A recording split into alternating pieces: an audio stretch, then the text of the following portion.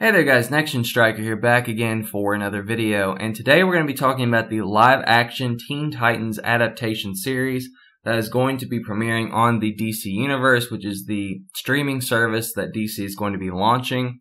I'm assuming all that's coming in 2018 alongside Young Justice Outsiders, Harley Quinn, Swamp Thing, and among other things. We really don't know a ton about it, but fingers crossed, you know, Comic-Con's coming up this year, obviously in July, so we're going to get a lot of new stuff, cast interviews, panels, trailers, all that good stuff.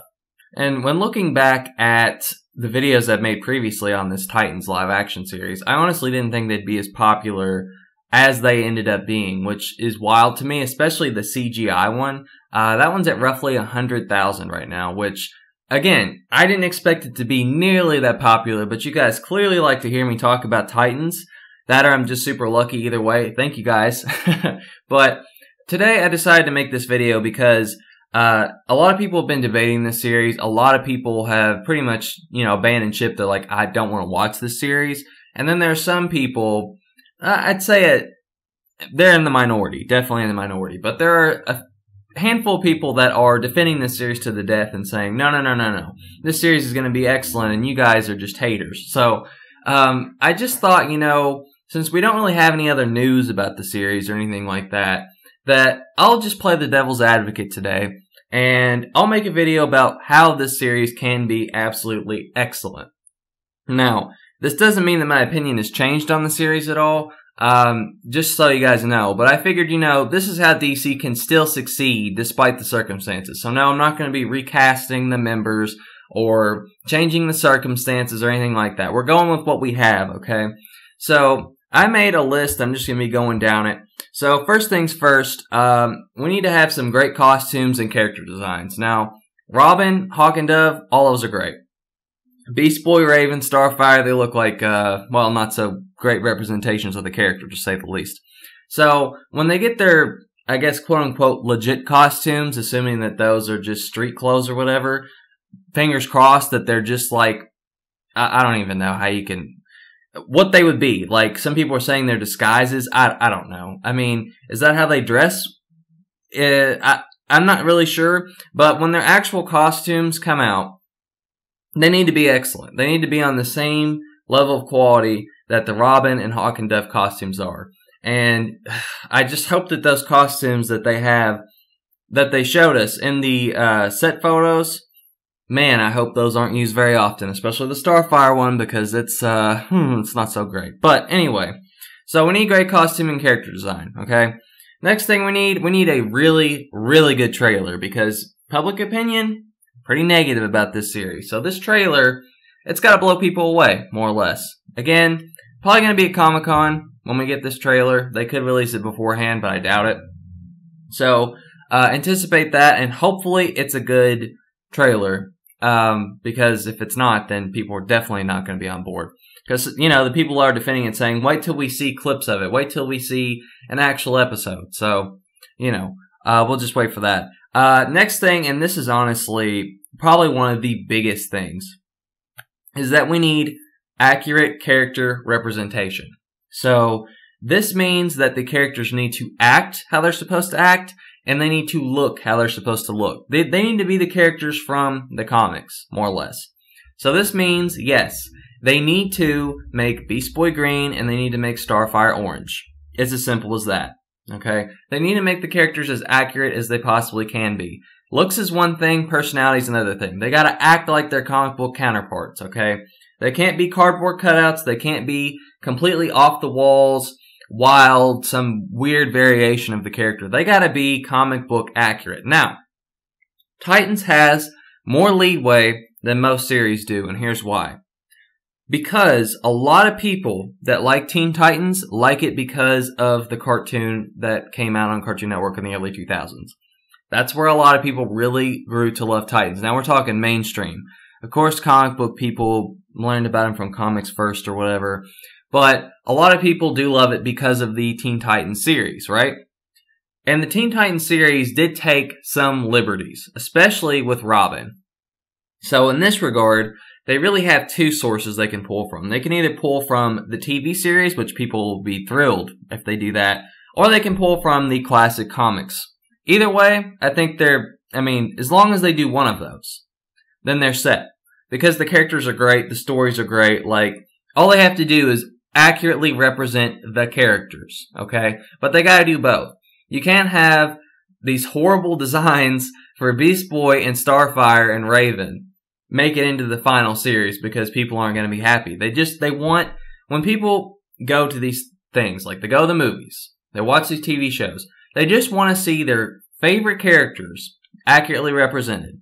They don't want them to be drastically changed. People don't like change. So, simple enough. A lot of people have debated the casting. Nothing you can do about it. They're cast. But as long as they make Beast Boy green and Starfire orange, and they're good actors, which, I don't know anything about their acting, and they look the part because, you could color me green, doesn't mean I'm going to look like Beast Boy, right? So we'll have to see how they actually look, if they do that. With Starfire, I don't think they're going to make her orange. Hopefully they do, but, again, we'll wait and see. But if they want this series to succeed, they got to accurately represent these characters. No excuses, okay? No excuses. They got to do it. So enough on that. This is the 4th time I've talked about Titans. I don't really need to get into the whole how I think they look and all that. We'll just trying to be positive here. Let's just wait and see. Okay. So next thing, in later seasons, they need to add more Titans. So they can keep the staple members, but obviously they're going to world build. It's kind of a thing that pretty much every series, every comic, every movie does, right? They world build. They add more characters. So just a few that I recommend. Blue Beetle, very popular, very cool character. Static Shock, doesn't seem like DC's using him for anything else, so throw him in there. Cool character. Aqualad, now they could do Aqualad, and they could either do the Young Justice Aqualad, or they could do the traditional Aqualad. Either way, people are going to be happy. I think it would be pretty cool if we got the live-action version of Aqualad, though. So, like the Young Justice one. So, either way, it'd be cool. Kid Flash, of course. Wally West would be my personal pick for that. Awesome. Kid Flash is an awesome character. And Cyborg, which Cyborg should already be a member, but, whatever. I hope they add him in at some point. The problem with Cyborg is that since they're using him in the DC Cinematic Universe, they might not want to use him in this verse, which, they have a Flash TV series, so I figure, you know what, you might as well just go ahead and use him. So, anyway, next thing, and this is a big one. This is a doozy for DC properties. It's got to have the right tone, okay? So that means it can't be too serious, and it can't be too lighthearted. So we're talking, it can't be The Dark Knight, it can't be Teen Titans Go, basically. It's got to be somewhere in the middle. Now, again, I will say, the TV series, the cartoon, did an excellent job with this, okay? It really got it down to a science. It had great comedy, it had great action, it had great story and serious moments and character moments and all that. It balanced it perfectly. The Teen Titans is a group of teenagers. It's supposed to be. Now, this version, there's only one teenager, Raven. So they called it Titans. They didn't call it Teen Titans. They call it Titans. So I don't know how that's going to work. Honestly, it's a lot better when they're younger, but whatever. As long as the characters are great and they have great character interactions and all that. But the tone of it, it's got to be consistent and it's got to be a good tone. It can't be too overbearing one way or the other, or people are going to get alienated. Now, they know that the dark tone doesn't work for them, so I don't think they're going to go for that. But they can't make it like Teen Titans Go, where people are going to jump ship quickly, very quickly. Okay, next thing, got to have great villains. There's like 1 million great Teen Titans villains, so this should not be that hard, okay?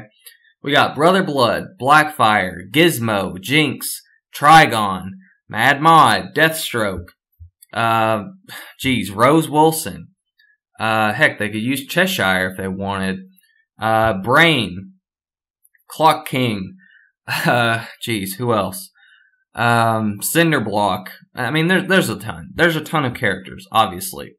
And, just pick and choose. Pick some great characters, make some great stories, and it'll be great. People enjoy it.